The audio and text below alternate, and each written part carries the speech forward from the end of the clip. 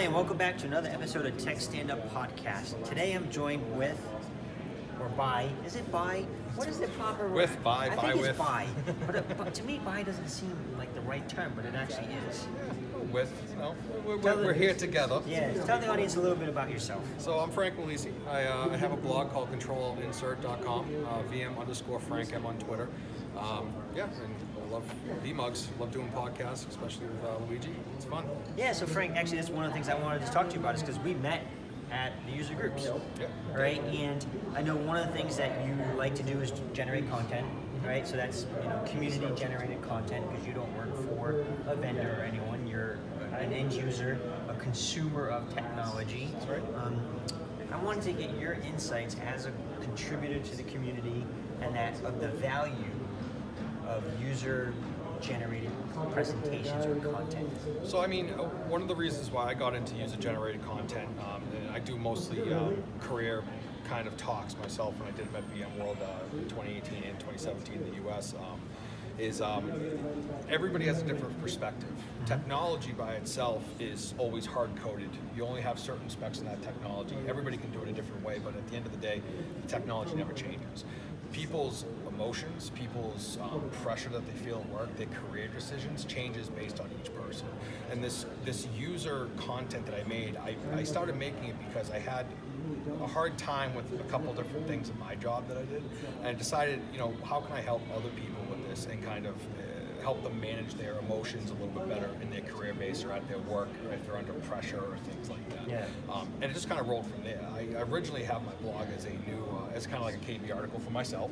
I had problems, I'd put them up so everybody can benefit from them, and then it kind of progressed into more of a mixed technology / career base. Yeah, I get that. So when I first started in the virtualization community and such, I remember Googling about this and popping up with like David Davis or Duncan Eppin or this one or Scott Lowe, right? Not the other Scott Lowe, but Scott Lowe, right? And I was like, wow, like these guys had the same problem that I had initially, and here's how they solved it. But then I was like, oh, it's pretty cool. I actually met and talked to all these guys before.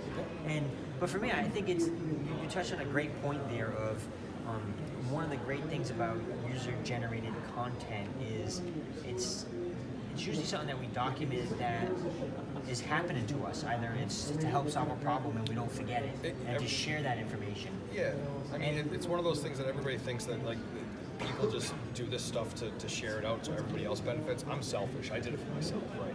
I had this so I wouldn't have to run into this problem again, and then passed it on to everybody else as a byproduct. You're not the only one that's done that. I've talked. I know hundreds of bloggers at this point in my life, and a lot of them talk about that. They say they weren't doing this for the Jay Frappiers that are just helping me behind the camera over there, right? They're not doing it for my wife or this one or that. They're doing it because they did it for themselves and it just grew into something more. But at what value do you think a user group how valuable is it to a user group to have the community sessions like today, like where I've spoken at, you've spoken at, and hopefully I see you speak at other ones? Well, they're valuable, but they're just like everything else. They really will just produce what you take from it, right? So if you're not interested in learning about, you think your career is perfect, or you think that everything that you do is absolutely wonderful, then these sessions aren't going to really help you very much, right? Yeah. But if you're somebody that's open-minded and know that I have problems, maybe I can work on them a little bit, and you actually take in the information that everybody's giving you, it'll benefit you a lot more. The importance of these community sessions that we have at particularly the Boston UserCon that we have right now is it's not all tech leaders, right? People come to these for tech, they know about all these different vendors, but they also want to hear about people in the community that are just like them, not somebody trying to sell them something. Yeah. Somebody who has the same problems they do, work a 9-to-5 job that they do, are consumers of technology, not really selling the technology, and they want to kind of figure out how they work on their day-to-day lives, and, whether it's community or career-based, or whether it's technology-based, or trying to troubleshoot or things like that. Yeah. So as a content generator, how have you? It's a two-part question. How do you receive or react to feedback, right? And what is the most negative feedback that you've received, and how did you handle it or grow from that? Okay. So And that's probably like a three-part question. it's a three-part question, but the answer is relatively for part 2 and 3, it's relatively the same answer. So for the first part of that, the criticism that I receive is usually constructive criticism, and that's one of the biggest parts about being a content provider is that everybody's going to have something to say about your content. You need to kind of learn how to filter it out, take the constructive criticism, use that to your advantage, take the non-constructive criticism and just dump it in the trash and not even worry about it. When you're talking about what's the biggest criticism I get, the biggest criticism I get is from myself. I am extremely hard on myself when I do things, and it gets to the point where everybody else can say negative things about my particular content that I have, but usually I'm the hardest on myself. There has been people who come up and said, you can do this better, you can do that better. There's really nobody in the virtual community, at least in the VMware side, that has come up to you and just give you bad feedback. Every feedback is good feedback. It just depends on how you take it. I get it all the time. Yeah. Not bad feedback. I'd say never like super negative. 50-50. It's 50-50.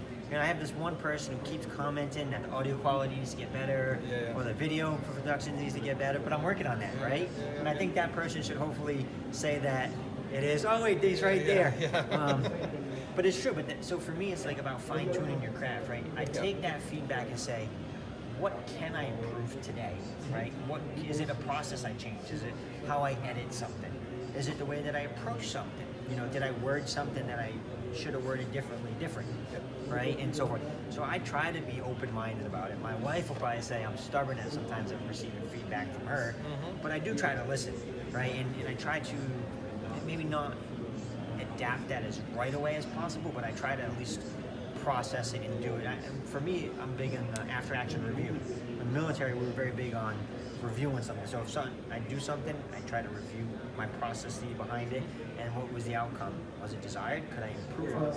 And I would do the same thing from user-generated content. Is that feedback is great to get that. I think last year I spoke at this VMUG UserCon, and it was on just a random fun topic.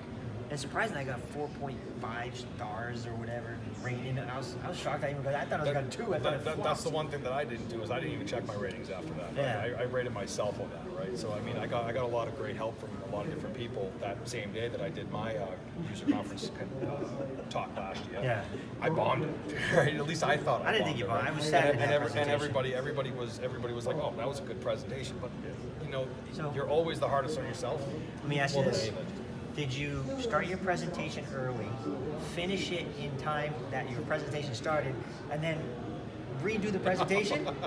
No, I was there though when you did that. Yeah, it was. The funny thing about that whole presentation was people actually stayed to re-listen again. Yeah, I remember. That to me well, was I think it was shocking because I part couldn't about it. understand it the first time, so I went back the second time and I was like, okay. I gotta drop the mic and I just see walk this away one. from that one. Okay. The second time around, I was like, I get what you're saying.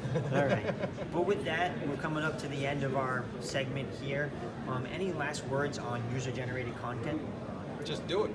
If you want to do it, just do it. So like Frank said in Nike's slogan, just do it. Just do it. And with that, until next time. That's it.